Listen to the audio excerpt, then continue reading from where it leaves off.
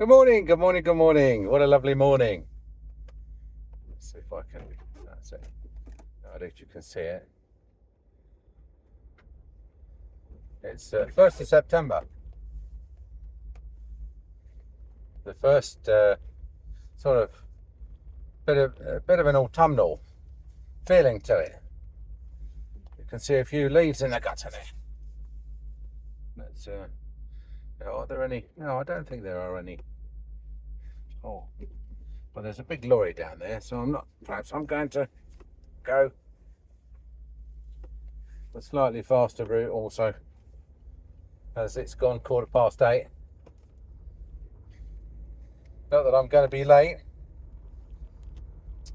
Sorry about the sun, but you know what I look like. It's really, you're not missing anything much. One face, one nose, two eyes, one each side. No, it's very bright because the sun's starting to get a bit lower on the road, and the road's wet because it rained a bit last night and this morning. So, how are you? I trust you are well.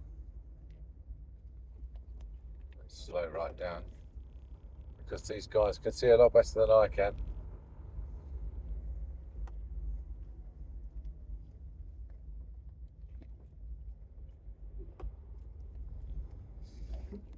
Yeah, so I thought I'd bring you up to date on a couple of bits that I've mentioned in these rants over the few years prior.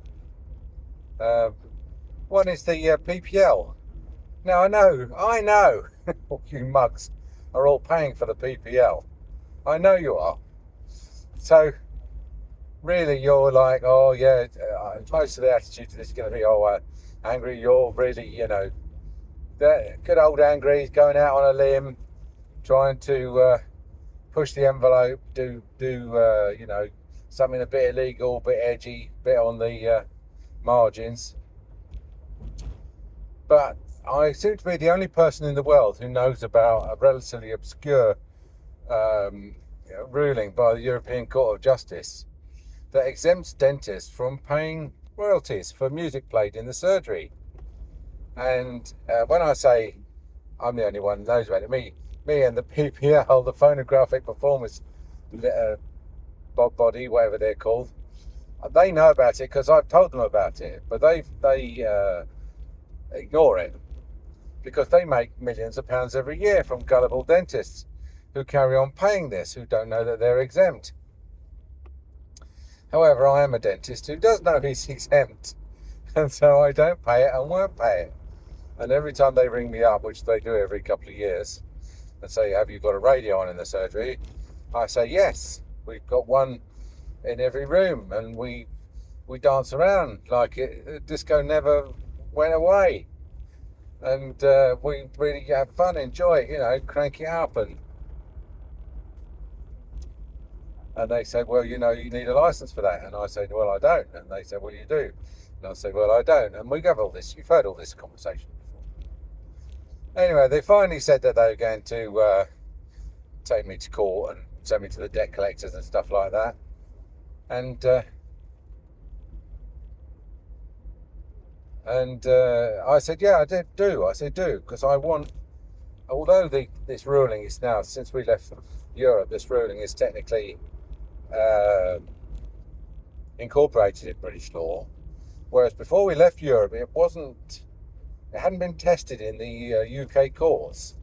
Although if it had been, they would have lost because of the ECJ ruling. But they hadn't been tested, so that allowed them to say that the case had never been heard really in the UK.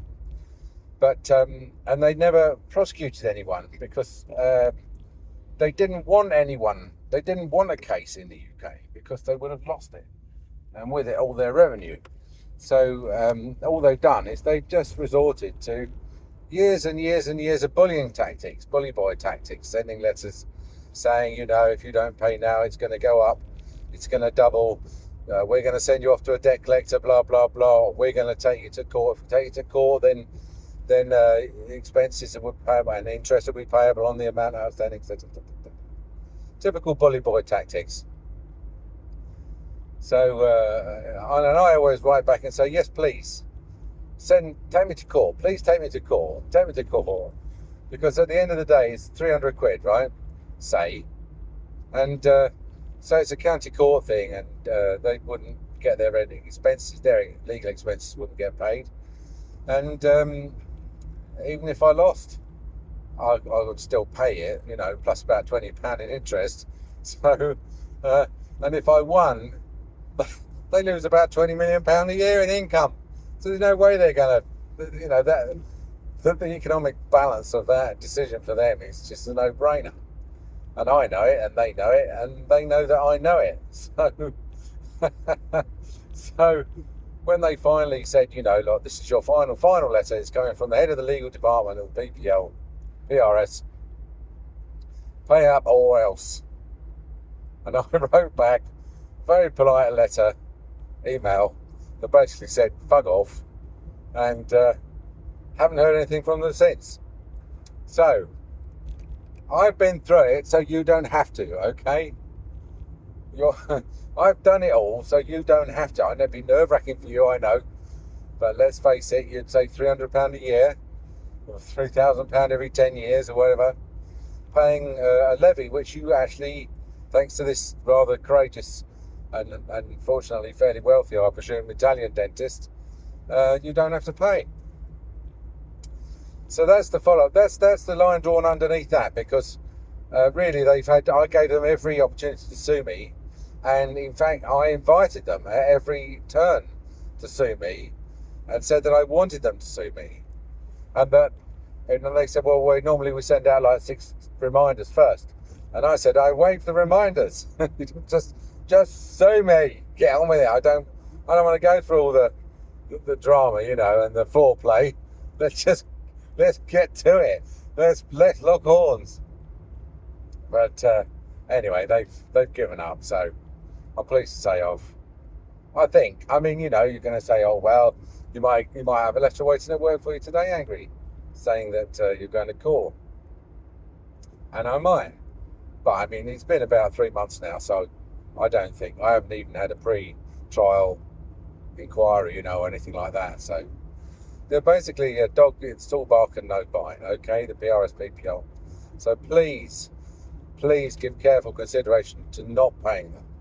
This is not legal advice. I am not a lawyer. This is channel is for entertainment only. Everything I tell you is true to the best of my knowledge, and I'm telling you in good faith. But if you want chapter and verse on it legally, then go and get a solicitor to tell you what I've just told you. And if you want a reference to the judgment, then I'll put it in the comments below, so that your solicitor can verify that what I'm saying is correct with regards to the ECJ, really. Yeah, go on, I've seen it. I'm a motorcyclist. I can see you. Thousands can't. So, I'll tell you something else I did the other day, which was interesting, and that is I made a referral to adult social services for a vulnerable adult, which I've never done in nearly 50 years of practice. And the circumstances were that this charming lady came to see me with her son, and she had implant retained bridge weight, I think, and it had failed, and she wanted more implants. And she was quite normal and everything, and her son is quite attentive, hovering to the point of being a little bit suspiciously hovering. Like for example, when you start talking to a woman, and then you start to, like 2 minutes after you started talking to her, you're having a bit of a laugh and a chat, and then her husband suddenly appears, and sort of wants to take his wife away to do something. So there's that sort of hovering, there's sort of somewhat unhealthy hovering. the somewhat anyway, it'll all come out in the story. So we referred her to. I mean, the sort of implants she needs, where she may need a little bit of. She's in her 80s, I think. She may need a bit of bone. What's it? Anyway, her son rang and cancelled and said, "Mum doesn't now want the implants." And I was annoyed for two reasons. One is that obviously, she'd asked me to do a lot of work in terms of preparation, treatment, initial treatment planning, and referral, and it didn't seem to me that she really done that maliciously or frivolously.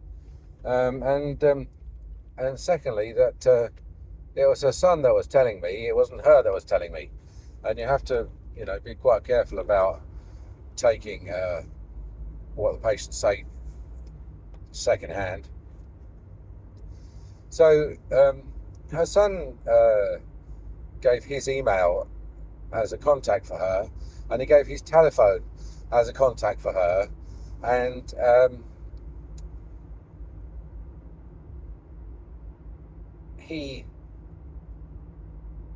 when I spoke to her alone, she did tell me that although she wanted to have these implants, she was a bit constrained because she was totally reliant on her son, who is a reverend, by the way, a vicar. Because he takes her everywhere and he collects her from everywhere, and he's got a power of attorney over her both for health and for finance. So it sort of became apparent that his attitude was that he didn't think she should have these implants, because although she's got the money, he didn't think she should spend money on implants at 80, because it would be wasted money as far as he was concerned, or as in our opinion, money that he would be taken out of her estate, in effect. And that we started to suspect that may be the reason why he was constantly cancelling everything on her behalf. And this happened more than once. She then came to see me again. I said to her, "Look, what happened? Why did you cancel the implants?" She said, "Well, I didn't. I was told that they were a bad idea, and I had no choice but to agree with my son." And so I said to her, "But it's not really down to your son, but do you want the implants?" She said, "Yes." Now, I'm sort of I'm absolved from this. I'm not going to be the ones doing the implants, okay? So I shall refer her for the implants. And if you're in the profession, you'll know that you don't even get a referral fee. So it's not like I'm getting 30% of what she pays the implantologist or anything. I get nothing. I get all the workload and the ag, but no money for this sort of case. So once again, we duly referred her. The implantologist then rang back and said that they'd tried to get in touch, but she hadn't replied, or they sent her an appointment and she hadn't come in, or whatever. So then we then got a letter from her son saying, or an email saying, "Mum's decided to go to another dentist. Thanks for everything." Very polite, "Thanks for everything. You've been a wonderful dentist, but Mum's going to see another dentist." So my initial thoughts were, he's taken his mum to see another dentist because he doesn't like the fact that we are trying to facilitate his mum's request, his mum's wishes. In other words, we're becoming a bit awkward, a bit too awkward for him, because we are applying the law as it stands strictly, and not as the law as his law, the law of the son. And so, but me, of course, still being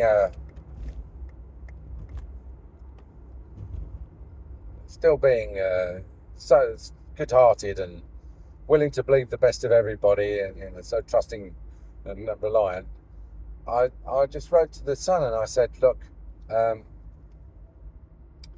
can you tell me which dentist your mum's been transferred to, so I can send her x-rays and notes?" And oh, now I've got to watch out for Asian hornets. And I thought to myself, this is quite a good little test, because if she has genuinely transferred to another dentist, then he won't mind.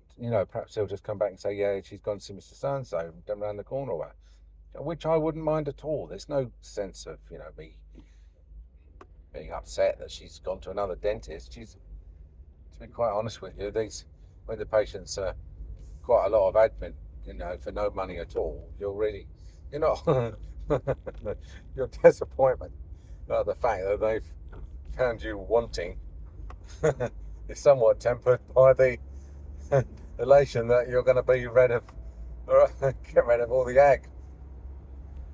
So So anyway, we waited a month or so, and he didn't reply, and so it became sort of reasonably obvious to us that there's a car behind me with 4 beams on, and they're so bright, they're halogens. It's a bright day, and it's actually dazzling me looking back at it. Looks like a rally car. God knows why it's got its 4 beams on.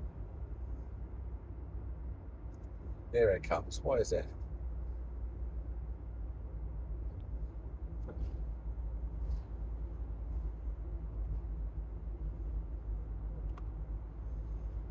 Don't know what that is. Golf Mike 25 Echo Papa Delta. Some sort of black car. Anyway, look, I'm nearly finished the story anyway, so let's just.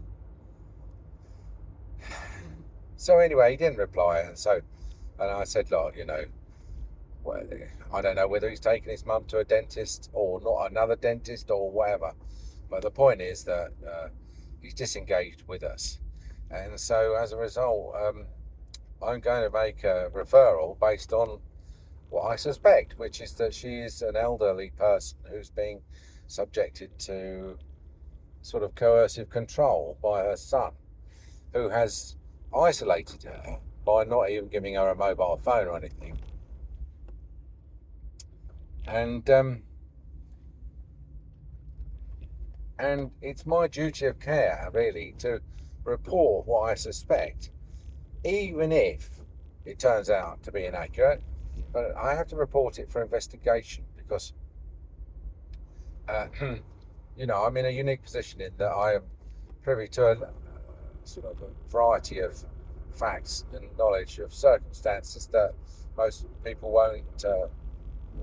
may not be aware of, and certainly wouldn't really perhaps have the professional training to recognise or understand that referral is necessary. So we referred them to the social service. Didn't hear anything.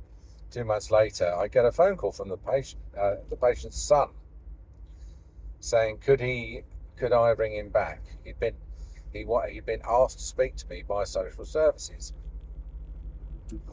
And to be honest with you, I very rarely don't ring people back, but on this occasion I just said, no, I'm not going to ring him back, because I have nothing to say to him. He's going to have probably quite a lot to say to me about how right he is, and he won't be doing a lot of listening, so there's no point me ringing him back. I'll just let social services handle it. And sure enough, about 2 hours after he'd rung, I got a call from social services, who denied that they'd asked him to ring me, and said that they'd made a decision to refer this lovely lady, to the community support team, because the case officer had spoken to the mother, who confirmed that she really, really did want the implants, and she'd spoken to the son, who confirmed that he really, really didn't want her to have the implants, and really sort of dropped himself right in it by saying, but this is nothing to do with you. This is not, this is none of your business. Social services, and I've got full legal authority over my mother, which they then reminded him that this legal authority is permissive. In other words, it doesn't go against her wishes.